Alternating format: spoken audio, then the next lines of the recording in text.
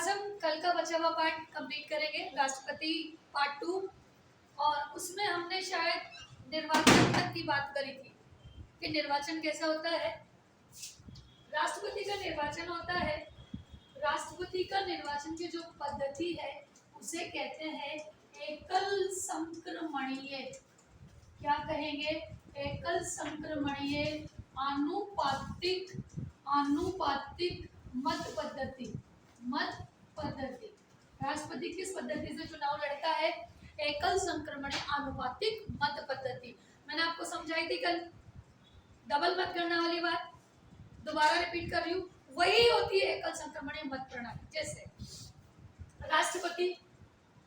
राष्ट्रपति के चुनाव हो रहे हैं, ठीक है। देखो ये हम लोग हैं, हमने किसको चुना? सांसद को। सांसद जैसे ऐसा समझो, राजस्थान से कितने सांसद हैं? 25। पर राजस्थान में जिले कितने हैं? 50। मतलब डबल हो रहा। एक जिले से एक सांसद भी नहीं है। जैसे कोटा बूंदी लोकसभा क्षेत्र तो ओम बिरला साहब, यही चल रहा है ना। तो ऐसा समझो कि कोटा और बूंदी की जितनी जनसंख्या है उन सबका प्रतिनिधित्व कौन कर रहे हैं? ओम बिरला जी। और वो हमारी तरफ से उसमें वोट डाल रहे हैं। राजस्थान का कोई भी विधायक, जैसे विधायक हो गया संदीप शर्मा, ये विधायक ही है कोटा का क्षेत्र, ये विधायक है, ये वोट डाल रहा है किसके चुनाव में? राष्ट्रपति के चुनाव में। तो राष्ट्रपति के चुनाव में वोट नहीं डाल रहा, एक वोट डालेगा, पर इसका मत का मूल्य होगा 129 वोट। वोट का मूल्य होगा 129 वोट। कैसे होता है ये समझाऊंगा। देखो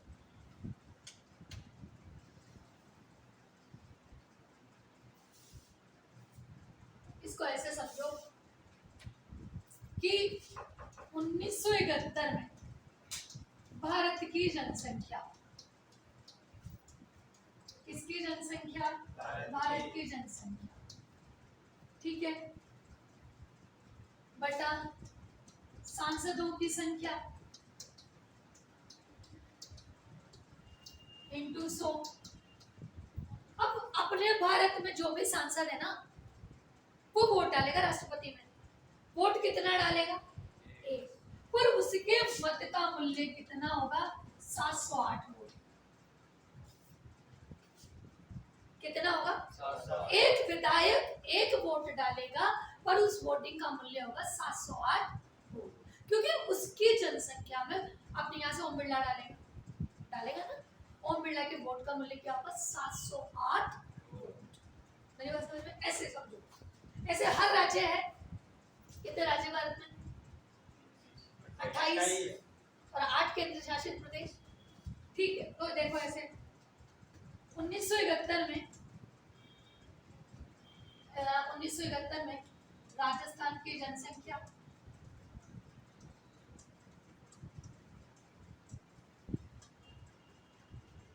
विधायकों की संख्या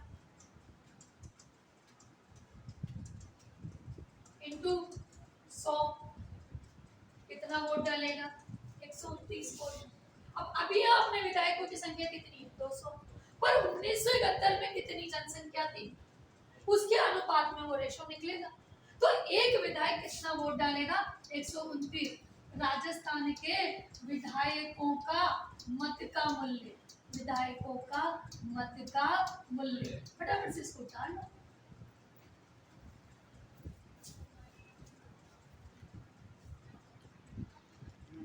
चुनाव खत्म हो गया बिल्कुल।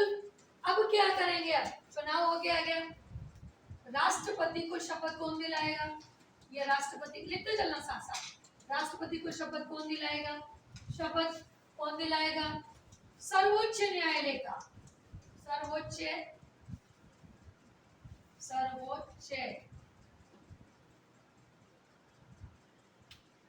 सर्वोच्च न्यायालय का मुख्य न्यायाधीश मुख्य न्यायाधीश कौन है अभी? चंद्रचूड़ सिंह, 50वें नंबर। ठीक है, चंद्रचूड़ सिंह 50वें नंबर। शपथ दिला दी, फिर लो बच्चों।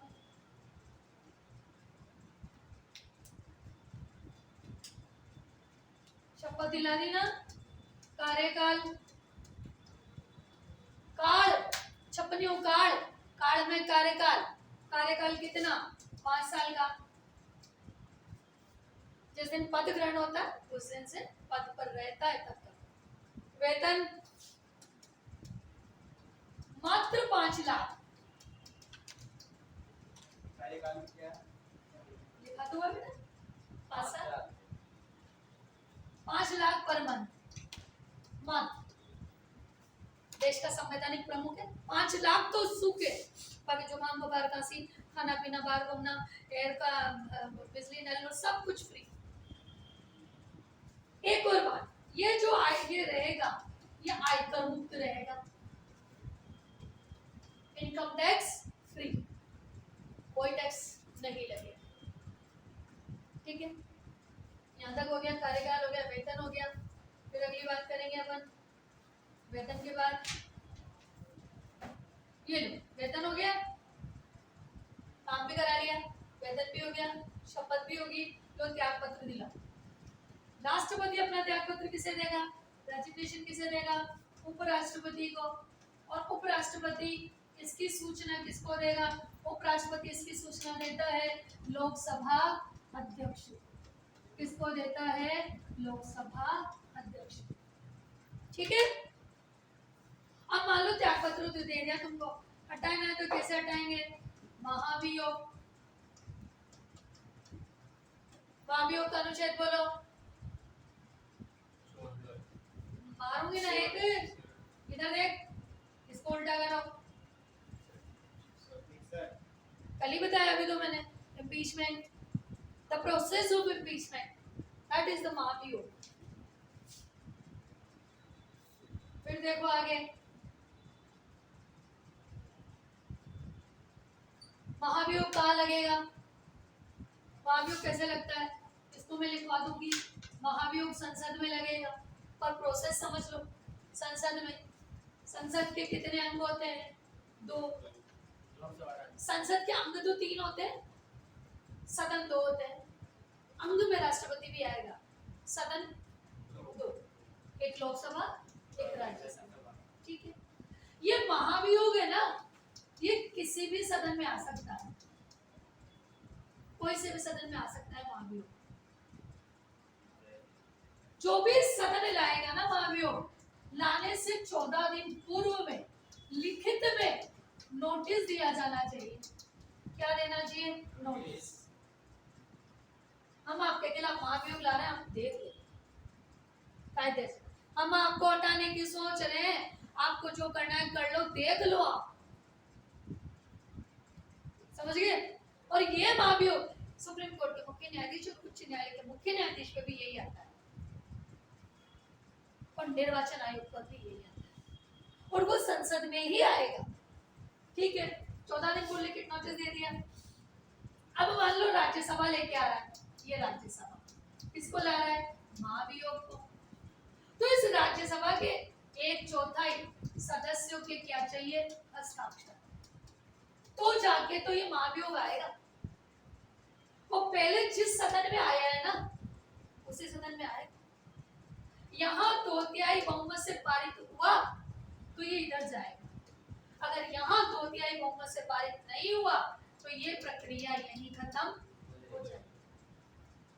मान लो ये 2/3 से पारित हो गया, तो इसको कहाँ भेज देंगे? इधर भेज देंगे। ये यहाँ 2/3 से पारित नहीं हुआ तो फिर खत्म।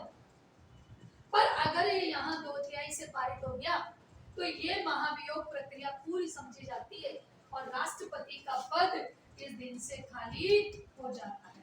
राष्ट्रपति का पद खाली हो जाता है।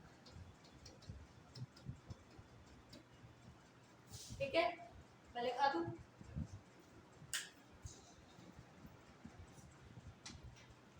देखो, अनुच्छेद 62, अनुच्छेद 62 ने क्या कहा? अनुच्छेद 62 क्या कहता है? देखो इधर क्लियरली देखना, 6 महीने में दूसरा चुनाव करा, कह रहा है ना। अनुच्छेद 62 क्या कहता है? पुनः निर्वाचन, पुनः निर्वाचन, ठीक है। फिर एक बात, राष्ट्रपति और उपराष्ट्रपति, राष्ट्रपति और उपराष्ट्रपति दोनों के चुनाव में यदि मतभेद हो गया, क्या हो गया? मतभेद, तो सुनवाई का अधिकार किसका होगा? सुनवाई का अधिकार होगा सुप्रीम कोर्ट का, सर्वोच्च न्यायालय, ठीक है। राइट डाउन, देखिए, देखो, हाँ, सुनवाई का अधिकार सर्वोच्च न्यायालय को होगा। फिर एक और लिखो, अनुच्छेद 85 अनुच्छेद 85 के अनुसार राष्ट्रपति समय से पूर्व लोकसभा को भंग कर सकता है,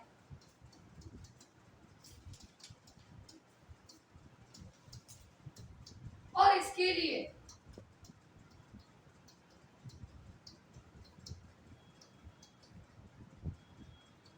सदस्यों के हस्ताक्षर आवश्यक है।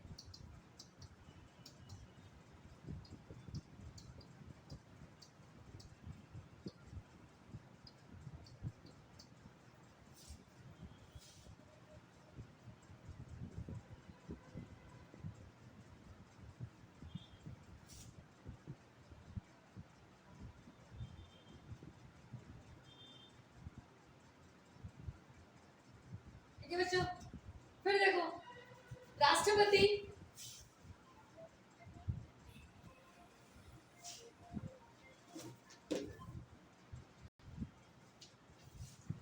अनुच्छेद 80 के अनुसार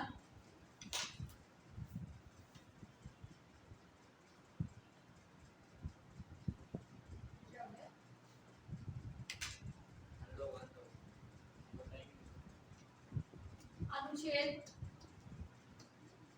80 के अनुसार 80(1) होता है बच्चों, है ना। राष्ट्रपति राज्यसभा में 12 सदस्यों को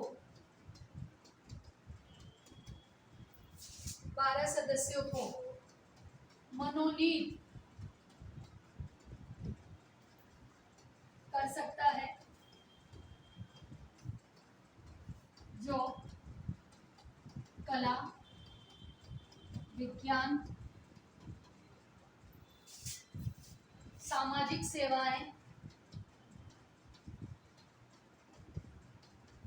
सिनेमा, संगीत,